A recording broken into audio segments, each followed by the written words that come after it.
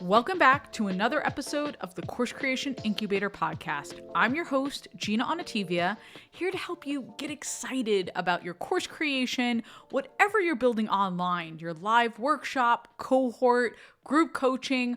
I want to see you through it. I want to help you launch. And today I've got a special guest that we're bringing back to the podcast after several years because part of the mission of this podcast is to help you build your online program, build up your marketing, and also list build and really build up an audience that you can attract to help you sell your courses and your programs. And we talk about list building and how do we do it without ads? Because ads are great. However, there's a learning curve. So a lot of times we talk about more organic strategies here that we can put our energy into. And one of the best ways to list build, in my humble course consultant opinion, is to do some guesting on podcasts. You're borrowing from someone else's audience. You're getting your expertise out there. It's a win-win. And I had Christina Lenkowski on the podcast. Gosh, this was years ago. I will definitely link to that podcast because we went through what's the best way, best practices in becoming an awesome guest for podcasts. And Christina helps online entrepreneurs, speakers, and authors go from best kept secret to go-to expert in their niche through being a guest on other people's podcasts. So there is no better expert, in my opinion, in the industry than Christina. And she has become an internet friend over the years. We definitely follow each other. We keep tabs on each other. We're affiliates for each other because I believe in what she says. I believe in her expertise. And she's really invested not only in students and clients that she consults for, but for everyone out there who's trying to get into podcast guesting. So she's one of my favorite experts to talk to. Said, let's have her back because it's been so many years since she was on. And what's different now? AI is different now. And one of the, I think, best parts of this interview is when Christina talks about how AI has transformed the podcast guesting arena for the better for us, makes it even more convenient for us to put ourselves out there. And she's talking about how she uses AI in her business and how to find the podcasts that will really open you up to the audience that you're looking for. So without further ado, let's bring Christina on. She has amazing advice for us to help us build an audience that is really going to buy and want what we have to give. All right, listen in. Christina, welcome back to the show. Nina, I am so excited to be here. I know before we hopped on, we talked about how I was just listening to the episode that we had done back in true pandemic time. And it made me so just excited to be back on the show and talking with your audience. It's going to be awesome.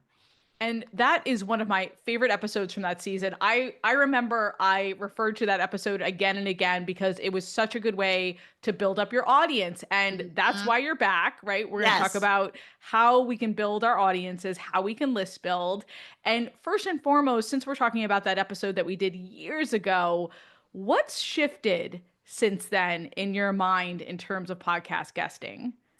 There are multiple things that have shifted, and there are multiple things that stay the same tenets, right? That go back to what we originally spoke about. But I think that what shifted from that 2020, 2021 time is that at that point, everyone was kind of listening to a bunch of podcasts. Like we were very like, y'all, I think we were just starved for like hearing other people's voices. Like, you know what I mean? Like I was Completely. like, I'm sick of listening to my family alone. I want to go sit and listen to someone else. I don't even care what they're talking about. I just like want to go hear someone else talk. And so I feel like at that point, we were really listening to a bunch of shows, and we may not be super loyal to necessarily shows. We were more just like, let me try this out. A bunch of new shows were coming, and a bunch of new shows are still coming out. Don't get me wrong. But I feel like in today's environment, we have like our 4 to 6 shows that we are like very loyal to. Like we are like, these are the shows that I really, really love to listen to. And it doesn't mean that I'm not going to listen to other stuff, but these are the ones that like week after week I am tuning in. And they could be over a variety of topics, right? Like it doesn't necessarily have to be just your business life. It could be other things in your life, but you're kind of like, this host I love. I really love what they talk about on this show. I really like how they do it. And so I think we're also just a lot more discerning as listeners. So even as new shows pop up, we are like, we kind of listen to them, but with a more discerning ear, with is this going to be something I put in my regular rotation? But man, when we like a host, we lock in. We are following them on Instagram. I feel like I know them personally. And that's a stat they actually have from like the Podcasters Association is like 70% of listeners feel like they personally know a host, right? Like Interesting. that is Yeah. their friend. So you think we're doubling down now? We're not kind of grazing Yeah. as much as we were As back much. Yeah. then. Okay, so then how does that change how we approach podcast guesting then, or reaching out, right? And applying Mhm. for spots or submitting? And submitting and finding. I think Mm-hmm. what we really need to be looking at now and kind of how we're looking at that differently is what are the shows that have been around for a while? What are Mm, the shows that aren't just brand new? And again, that's not to say you can't find value listening to a brand new show. But when we are really looking at where to place our clients, we have yeah. certain requirements. They have to have had 40 episodes. Okay. There has to be a guarantee there on that or a requirement there on that. Because then I know that their audience is listening. Right.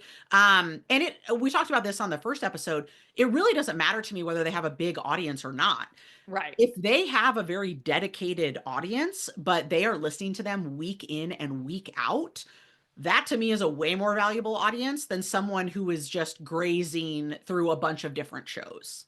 Yeah. Do you find, because we do our own research for me to get Mhm. booked on podcasts, and Yes. I want to ask you a question in a moment.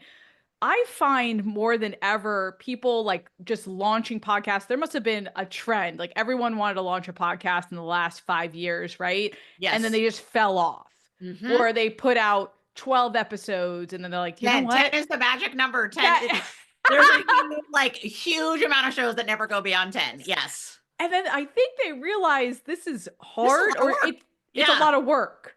Yeah. Right. Even with AI, because I'm sure Christina, Yes. you're using a lot of AI, Yes. right? That's one of the big, we'll definitely talk about that because Yeah, that's so a let's huge definitely shift. talk about Yes. that. I'll make a note. But what let's just talk about this for a second. What is it about podcasting that people think this is it, right? I'm going to do Yeah. it. 10 episodes in, they abandon ship. What? I think there's a couple of factors that go into it. And one is they see that it works. They Hmm. see that podcasting works. They listen to podcasts. They get their information from podcasts, or that's what they do.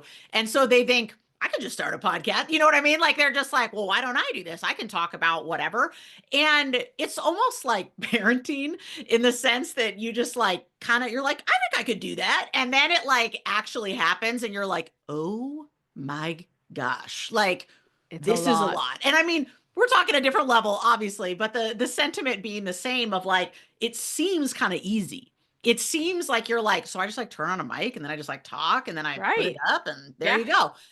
But the reality is there are a lot of steps, and Gina, you can obviously talk to this, but Mhm. there are a lot of things involved in having your own podcast. And so I think that people they start out real strong and then they're Yes. like, hold up. This is a lot of work. Like I don't know if this is something that I want to really commit to or that I want to put the time in. The other factor that I think leads them to quit is they don't realize it's not going to happen overnight, right? Right. They think, "Oh, I'm going to put out a show. Obviously thousands of people are going to listen to it. I'm going to get a ton of leads, from this, etc." And that doesn't happen. That doesn't Right. happen. And so then they kind of just say, "Well, why am I spending all this time? Why am I spending all this energy to do this if I'm not seeing the leads?" And just like with guesting, the magic is in the consistency. The magic is in the showing up long term. I love this. And you were so good about setting expectations, I feel, Yes. because we've talked about working with clients, you've worked with Yes. clients of mine that be patient, but Hmm. you rev up rather quickly, but then you've got to let it sink in, right? You've got to Hmm. the guessing. It's long tail in It's terms of a long tail. content strategy. Exactly. Yeah. Exactly. You're committing to this for a year to Yeah. multiple years, right? Yeah. And that's why when we work with our clients, a lot of times we work with them in a year contract. And it's Right. not because I want them for a year. They must be, it must be like mine for a year or Right. something like Right. that. It is because you're mine for 1 year. Yeah, it's more so that we really see the momentum, the back half of that contract. To your point, we are revving up, we are pitching, we are doing all these things within a month or two. So you're starting to guest, you're starting to do these things, but they start to air in mass on the back half of that interview or the back half, sorry, of that contract. Yeah. And so by the end of the year, our clients have seen a lot of momentum. Yeah. So I know in that interview we talked through some of the nuances of how to apply, like how to get yourself Yeah. out there. Tell me a little bit about AI. Like, how are you using AI with your Yes. clients in terms of, because I know some things are custom, right? Like, hey, Yes. you A you lot talk of things are. right. Absolutely. So, Absolutely. but let me shut up. How do you use AI? Boom, done. We have a couple different ways that we use it. Gina, you're like, I'm just like, I'm just gonna keep saying it and then we'll see. Yeah. No, we have a couple ways in our business that we use it. One of the biggest ways that we've started using it is to help us come up with new topic ideas. Yes. So it isn't necessarily that I have AI write topics. Like I want to be Hmm. very clear on that, but I absolutely think that it can come up with ideas that we haven't thought of. And I love that. I call my chat GPT Chatty G. So if you hear me refer to her through that, that's my name for her. Love it. But we will put in like our pre-existing pitch template and maybe a transcript from a client's interview, maybe their website, right? All these different things, their messaging document that we create, etc.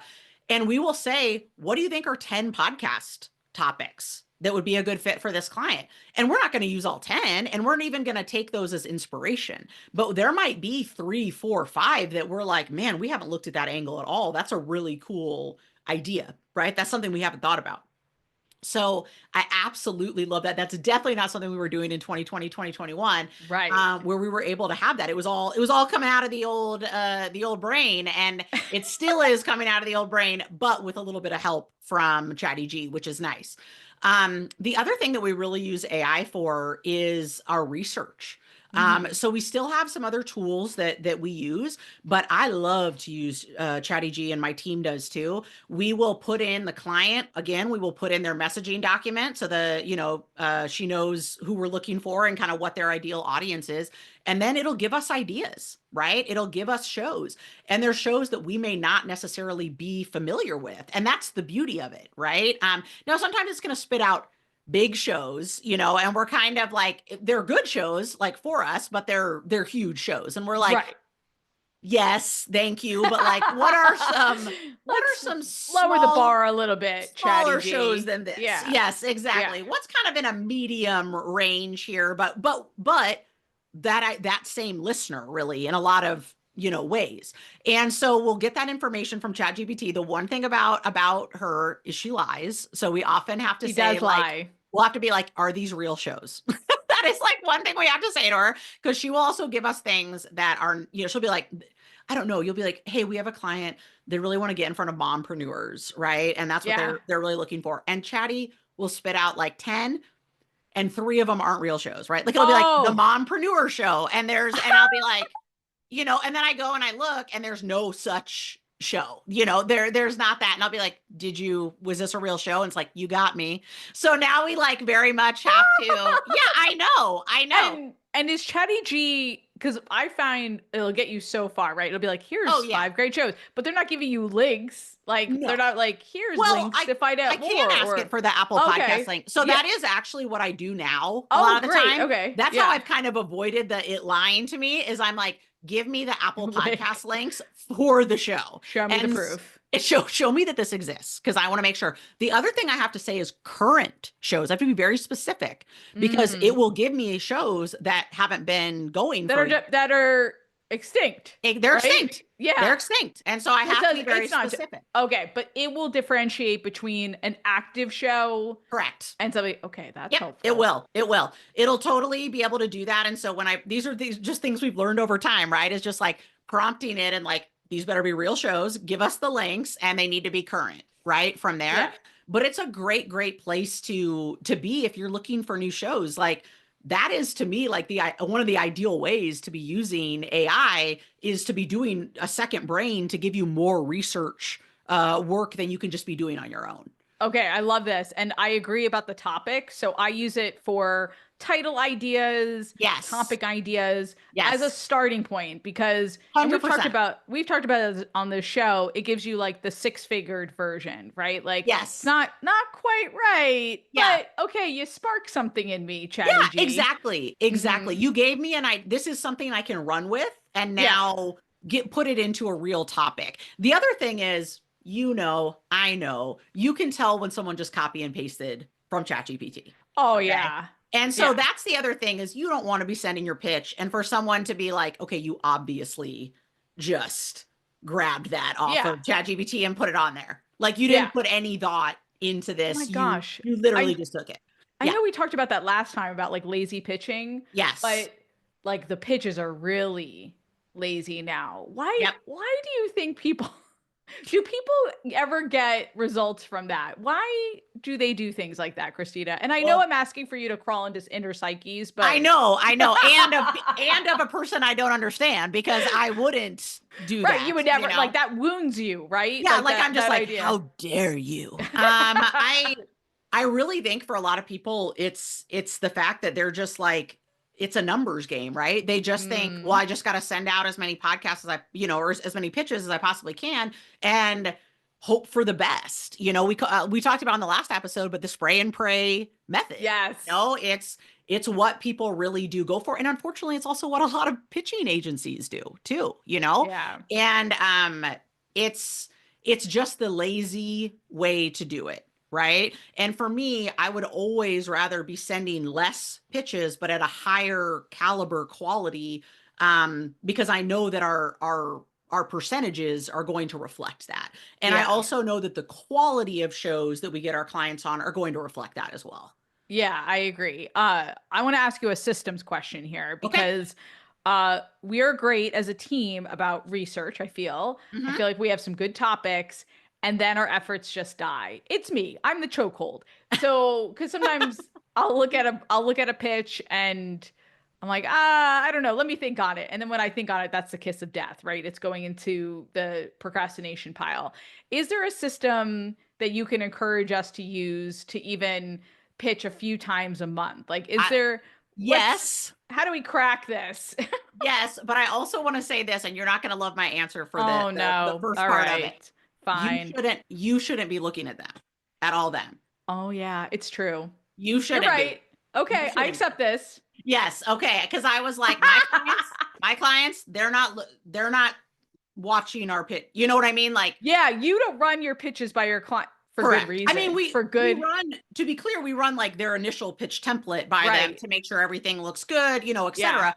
But and then if we come up with some new topic ideas, we'll run that by them just to make sure they feel good talking about it.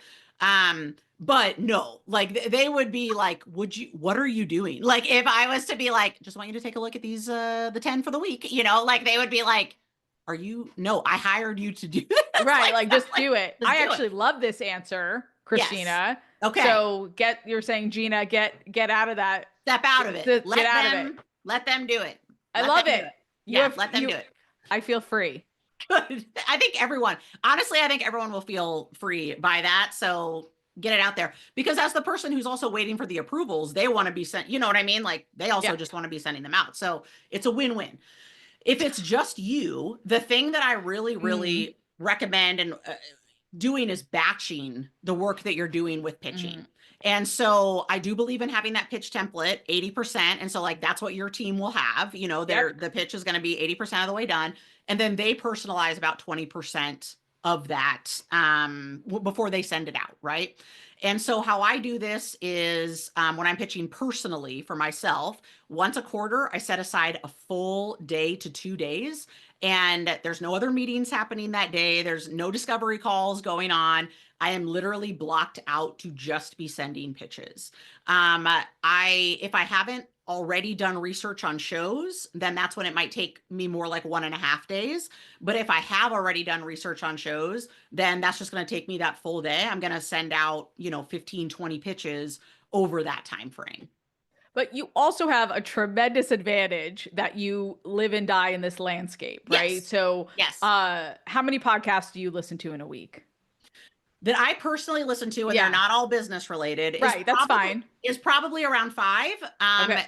Plus, if I'm going to be a guest on a show, I'm always listening to an episode of that. Okay. So, and Yes. you were mentioning before we hopped on, you listened to the show. Oh So yeah. Uh-huh.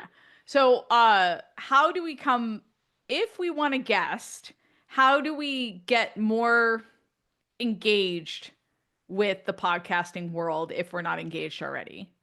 I mean, you kind of hit the nail on the head, which is start listening to podcasts, right? Find Mm-hmm. some ones that you really truly like. There are such amazing shows out there. I mean, there's ones that are more case study based for business owners. There's ones that are more like leadership and mindset based, right? There's ones like yours that are very workshop and very like, hey, this is how we really make this happen, type of thing based. They're very instructional in that way. So think about what style you really like. Ask your audience what they listen to, see if you can get some new great ideas from them and throw that out there. And by the way, I don't need you sitting down and doing this during your work hours and writing notes and doing all this and that. You could be doing this when you take your walk. You could be doing this when you take the kid to school or, things like that, when you're grocery shopping. For me, my time, there was a joke about this with my friends because we also listen to audio, like we have our book club tomorrow night, so once a month I'm like listening to an audiobook. I am the most productive person in the world when I have an audiobook that I am trying to listen to because I am doing the laundry, the dishes, like I am doing everything with those things and I don't want anyone talking to me and like I'm making it happen. And that's kind of what I do with the podcast also is like when I'm doing dishes at night, like I got my podcast in. If I'm cooking, I got something in my ears. So even find those snippets of time in there and just start listening. It doesn't need to be 5 shows. Like start with 1 show, 2 shows that you Yeah. really like. And, you can just kind of go forward from there. And then create a habit, right? Yes. Based on that. Mm-hmm. So, okay. Mm-hmm. I'm guilty as I am listening to an audiobook right now, but I am guilty as anyone of not kind of creating that audio habit. Yes. So, Yes. yeah. And we all do it. We also you're going to go through times when you listen to more than others, right? And that's also totally okay. This last week when I was trying to finish my audiobook, I didn't really listen to any podcasts because I was like, I must finish this. Yes, exactly. Like before we have our book club. So that's also okay. Like that's fine. Next week I'll either go back and listen to more or I'll just kind of be a week behind. Like that's okay. Okay, I love it. Before I let you go, final tips. So, in the open, I encourage them listen to that other episode we did because some of those tips are Yes. timeless, I Oh, feel. 100%. So, 100%. yeah, how to get booked. In a more saturated market, I feel like every year, right? Are you thinking like, oh my gosh, how many course creation podcasts do we need? But here we are. So, in a saturated market, do you have any final tips for us to get seen I or think that heard? Yeah, heard exactly Heard. in that way. I think that there's a couple things I would recommend, and one is start looking to your circle. And Mm-hmm. what I mean by that is it may be that your circle, like a mastermind you're in or some groups that you're in, maybe people there have podcasts. So that could be a great place for you to be sourcing some opportunities. But what I do, my operations assistant knows this well because she has to do it for me, is if I'm in a group, I will get a list of all the people in that group, and then I will find all the podcasts they have been on. Okay. Okay. And Yeah. so what I do there is I'm like, can I get an intro to this host? Can Mm. or if I can't even get an intro, like maybe I don't know this particular person that well, I will still be able to pitch and say, hey, I'm in a group with so and so, and I saw she was on your podcast. I loved that. I give like a snippet of what I really liked from that episode. And then I move into the pitch. So it's a great place to kind of give yourself more proximity to like a host, right? In that Love it. way. Yes. So I think that's a good one. Another thing that I want to say changed from the 2020, 2021 time we originally talked about was I now value host relationships Mm, so much more. So interesting. I Okay. always have, but what I mean from it is Yeah. client perspective. Okay. So I think a lot of people think I go on a podcast, like obviously thousands, hundreds or thousands of people hear me. I get a bunch of leads. This is how this works in my business, right? Then people come in, they become clients. Yay, yay, yay. And what I have found to be more so true in the past year, 6 months, year, is I go on a show with a host. We have a great conversation. And then after the show, they hit end on record. I obviously thank them. And then I'm like, hey, how can I provide value to you? And Mm, I come with ideas. Okay. yeah. If they have a membership, a mastermind, something like that, I offer to teach in that group. And they take Hmm. me up on that a lot. And the Yeah. reason is now they know me. Now Yeah. I'm not just a cold person off the streets that they don't know her. Can she actually teach on this? Is she actually fun to listen to, etc. Now they're like, oh, okay, yes, my group would like love to have you in and talking about this. The money, a lot of the money I make off podcasting comes in those small groups, Yeah. right? Yeah. People hear me in those because again, they trust that host so Yeah. much that they are like, oh, okay, well, if she trusts them enough to bring them in a group and like I'm paying to be here, like in learning from this person. Wow, I have made tens of thousands of dollars in the past 6 months just off that philosophy and keeping that relationship going. Okay, I love that. And we don't talk about the business of that business side enough. And you and I were connecting before we even got on, and we're like, hey, we're offering this now. What are you Exactly. offering? You're offering this, right? So I Yes. know you got this new service. I love that. Awesome, awesome notes to keep in mind. Great tips. Where can we learn more about you and what you're up to now, Christina? Yes. Yeah. I would love to have people come find me over at podcastpublicityquiz.com. I have a really fun Yeah. quiz there. Okay. And it kind of directs people to the DIY or the done for you, what makes sense for them. Also, come on over Instagram, LinkedIn, either of those places. Instagram is at publicityx Christina. I think I'm hilarious. Love to post I think things you're on. hilarious. Thanks, Gina. Love to post things on my stories about real life and also business. And the cool stuff that we have going on over here at PXC. Love it. Well, thank you again for stopping by and dropping the knowledge, Thank Christina. you. You know I love being with you and in front of your audience, so I very much appreciate it. What did you guys think of Christina? Love her, right? Love her advice, how specific it is. And I feel like I can take action on it immediately, such as coming up with 10 podcast topics using AI or asking your audience what they're listening to. So don't hesitate. Go get yourself on some podcasts, listen to Christina, check out her website. We'll put it in the show notes. And let's get our audiences built up, shall we? Let's do some list building so we can go out there in a bigger way. And if you want any support with your course or your marketing, check out our done for you course and marketing services, coursecreationboutique.com/course. We'd love to learn more about your course and your business and perhaps even work with you. Until next week, go create, be you and be brilliant, and get it done.